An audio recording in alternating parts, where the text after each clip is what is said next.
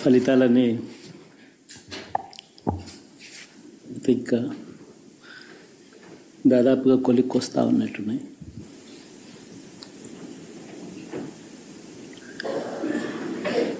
చూసిన ఫలితాలు జరిగిన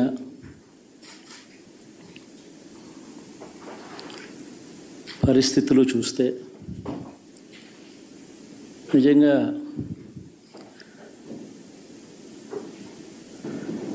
ఆశ్చర్యంగా కూడా ఉన్నాయి.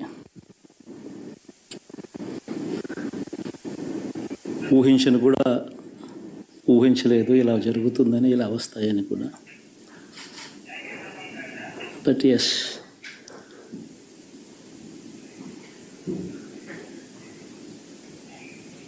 అమ్మఒడి అందుకున్న 53 లక్షల మంది తల్లులకు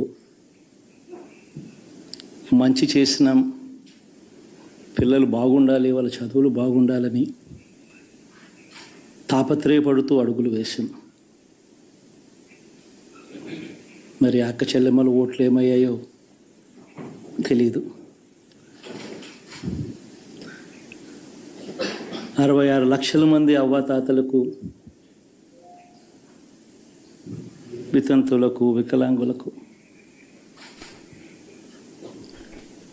గతంలో ఎప్పుడు జరగని విధంగా మంచి చేసాం. వారి కష్టాల్లో తోడుగా ఉంటూ, వారి కష్టాన్ని అర్థం చేసుకుంటూ, వారి ఇంటికే పంపించే వ్యవస్థను సైతం తీసుకొస్తూ, గతంలో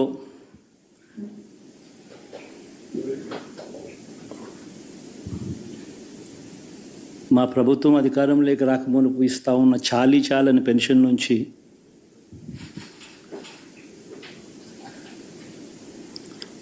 ఎంతో మంచి చేస్తూ అడుగులు వేసినా కూడా ఆ అవ్వాతాతలు చూపిన ఆప్యాయత ఏమైందో కూడా తెలియడం లేదు. దాదాపుగా 1,05,00,000 మందికి పొదుపు సంఘాల అక్క చెల్లెమ్మలకు మంచి జరిగిస్తూ, వారి కష్టాలనే మా కష్టాలుగా భావిస్తూ, ఇచ్చిన ఏ మాట తప్పకుండా అన్ని రకాలుగా వాళ్ళకు అండగా ఉంటూ,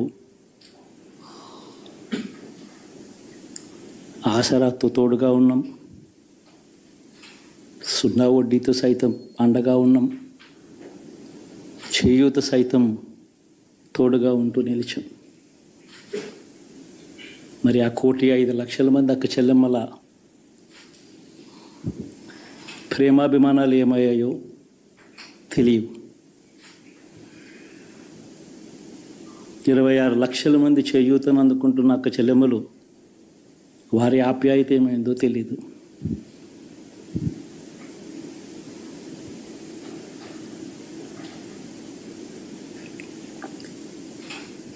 పిల్లల చదువుల కోసం ఏ తల్లి ఏ తండ్రి ఇబ్బంది పడకూడదు అని మొట్టమొదటిసారిగా పూర్తి ఫీజులు ఇస్తూ తీసుకొచ్చి అందగా నిలిచాం. చదువుల్లో ఎప్పుడూ చూడని మార్పులు తీసుకొచ్చాం. దాదాపుగా 12 లక్షల మందికి సంవత్సరానికి మంచి జరిగిస్తూ, ఆ పిల్లలు, ఆ తల్లుల అభిమానం ఏమైందో కూడా తెలియదు.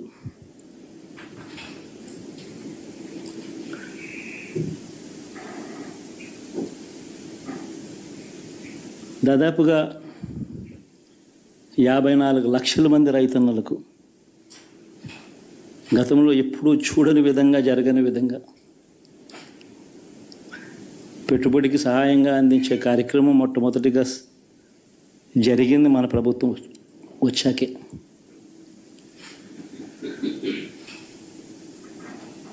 మరి అంతగా రైతన్నలకు తోడుగా ఉంటూ, రైతన్నలకు రైతు భరోసా ఇవ్వడం కానీ, సమయానికే వారికి ఇన్పుట్ సబ్సిడీ ఎప్పుడు జరగని విధంగా సీజన్ ముగిసేలోగానే ఇచ్చే కార్యక్రమం కానీ, ఉచిత ఇన్సూరెన్స్ కానీ, పగటిపూట 9 గంటలు ఇచ్చే కార్యక్రమం కానీ, ఉచిత విద్యుత్ ఇచ్చే కార్యక్రమం కానీ, మరి 1/2 కోటి మంది రైతన్నల ప్రేమ ఏమైందో తెలియదు.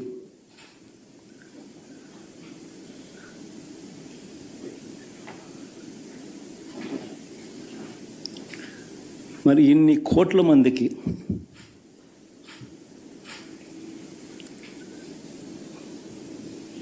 పేదవాడికి తోడుగా ఉంటూ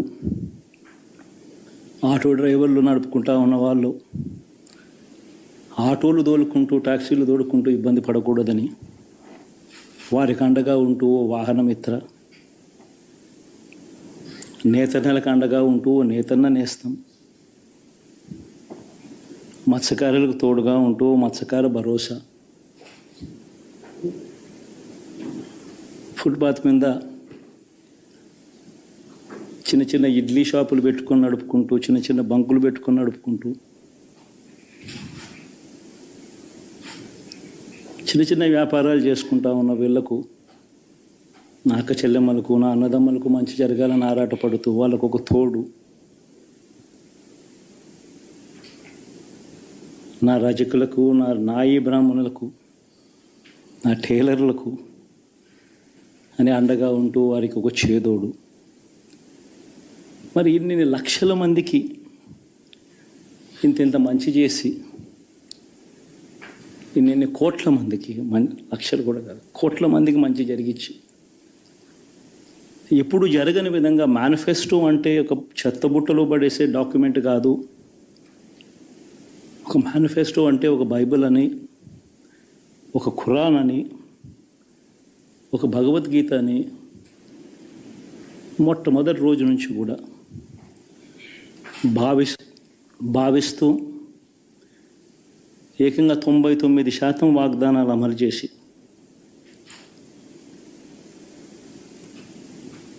అంతే చిత్తశుద్ధితో ఆ మేనిఫెస్టోను కూడా అక్క చెల్లెమ్మల ఇంట్లోకి తీసుకొని వెళ్ళి చూపించి మీరే టిక్కు పెట్టండి అనే నిబద్ధత గల ప్రభుత్వంగా పనిచేసాం. ఇప్పుడు జరగని విధంగా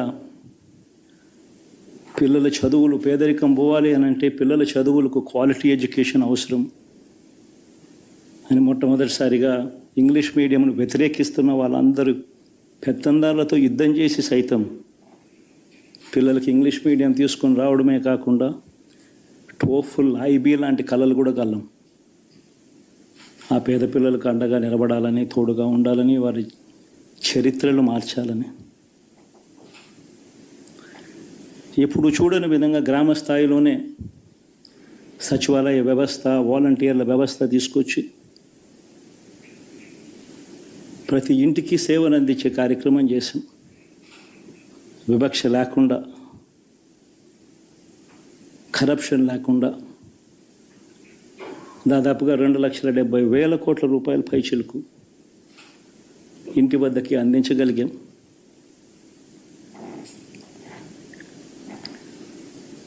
ఇప్పుడు చూడని మార్పులు తీసుకురావడమే కాకుండా ఒక చదువుల రంగం అయితేనేమి, ఒక విద్యారంగం, ఒక వ్యవసాయ రంగం అయితేనేమి, ఒక వైద్య రంగం అయితేనేమి, ఏ పేదవాడు ఎప్పుడూ ఇబ్బంది పడకూడదు అని ఎప్పుడు ఊహించని విధంగా మార్పులు తీసుకొస్తూ పేదవాడికి అండగా నిలబడగలిగాం. విమెన్ ఎంపవర్మెంట్ అంటే ఇది, మహిళా సాధికారత ఇది అంటే ఇది అని ప్రపంచానికి చాటి చెప్పగలిగాం. సోషల్ జస్టిస్ అంటే, సామాజిక న్యాయం అంటే ఇది అని ప్రపంచానికి చూపించగలిగాం. మరి ఇన్ని గొప్ప మార్పులు చేసిన తర్వాత, ఇన్ని కోట్ల మందికి మంచి జరిగిన తర్వాత మరి అభిమానం ఏమైందో, నా ఆప్యాయత ఏమైందో తెలీదు.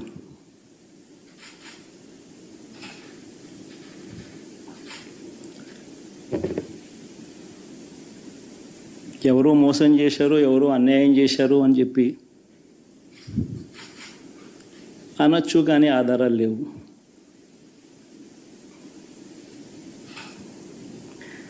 ఏం జరిగిందో దేవుడికి తెలుసు. పెద్ద నేనైతే చేయగలిగింది ఏమీ లేదు. ప్రజల తీర్పు తీసుకుంటాం, కానీ మంచి చేయడానికి మాత్రం ప్రజలకు తోడుగా ఖచ్చితంగా ఉంటాం. వాయిస్ ఆఫ్ ది వాయిస్లెస్ కింద ఈ పార్టీ తాను చేయాల్సిన పని తప్పకుండా చేస్తుంది. పేదవాడికి అండగా ఉండే కార్యక్రమంలో ఎప్పుడూ కూడా పేదవాడికి తోడుగా ఉంటూ గలం విప్పుతుంది, పేదవాడికి అండగా నిలుస్తుంది. పెద్ద పెద్ద వాళ్ళ కూటమి ఇది, ఢిల్లీలో సైతం శాసించే పరిస్థితుల్లో ఉన్న కూటమి ఇది. ఆ కూటమిలో ఉన్న బీజేపీకి, ఆ కూటమిలో ఉన్న చంద్రబాబు గారికి, ఆ కూటమిలో ఉన్న పవన్ కళ్యాణ్ గారికి, అందరికీ కూడా వాళ్ళ గొప్ప విజయానికి అభినందనలు.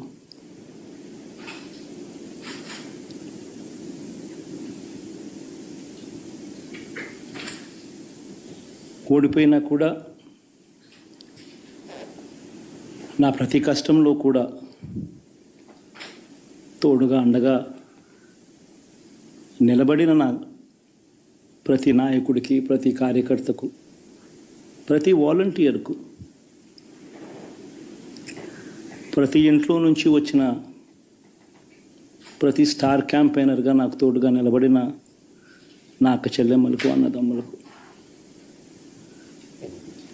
మీ అందరికీ మనస్ఫూర్తిగా మీ అందరికీ కూడా కృతజ్ఞతలు తెలియజేస్తా ఉన్నాను.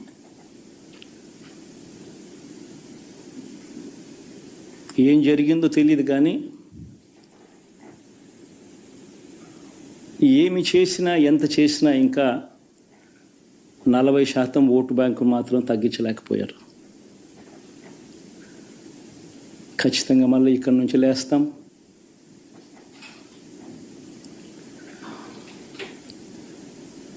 మళ్ళీ ఇక్కడి నుంచి గుండె ధైర్యంతో నిలబడి మళ్ళీ లేస్తాం. ప్రతిపక్షంలో ఉండడం కొత్త కాదు, పోరాటాలు చేయడం అంతకన్నా కొత్త కాదు.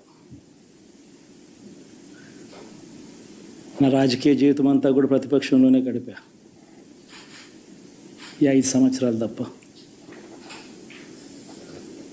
పోరాటాలే చేశా, రాజకీయ జీవితంలో ఎవడు చూడని కష్టాలు కూడా అనుభవించా.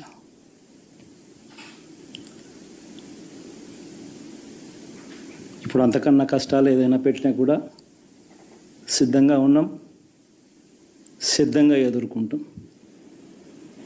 All the very best.